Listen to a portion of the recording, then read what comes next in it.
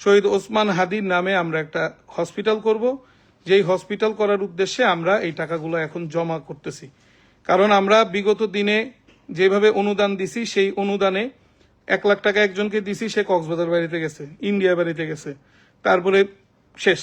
যারা আছেন তারা আমাদের প্রাইম মিনিস্টারের বন্ধু এরকম পরিচয় দেন, এসেছেন কখন ওনারা পুলিশ সাথে নিয়েই এসেছেন, পুলিশ নিজেই দোকান বন্ধ করেছে, এখানে মব সৃষ্টি করছে, পুলিশ বন্ধ করে দিচ্ছে। ওসি সাহেবের সাথে আমার টেলিফোনে কথা হয়েছে, ওসি সাহেব বলল যে আমরা দোকান বন্ধ করি নাই, দোকান খোলার পারমিশনও আমি আপনাকে দিতে পারছি না। তো উনি বললেন যে যারা বন্ধ করছেন তাদের সাথে যোগাযোগ করেন, তাদের সাথে কথা বলে তারপরে ওপেন করতে পারলে ওপেন করেন, আমি কিছু করতে পারবো না। এমন হয়েছে যে পলকের মতো ইন্টারনেট বন্ধ করি নাই, ইন্টারনেট বন্ধ হয়ে গেছে। তো ওনারা বন্ধ করছে, সিসিটিভি ক্যামেরার মধ্যে আছে, আপনারা আমাদের সিসিটিভি ক্যামেরা দেখতে পারেন, মার্কেট কর্তৃপক্ষের সিসিটিভি ক্যামেরা দেখতে পারেন। 1000 কোটি টাকা স্বপ্ন দেখবেন, 2 নম্বরই করতে হবে।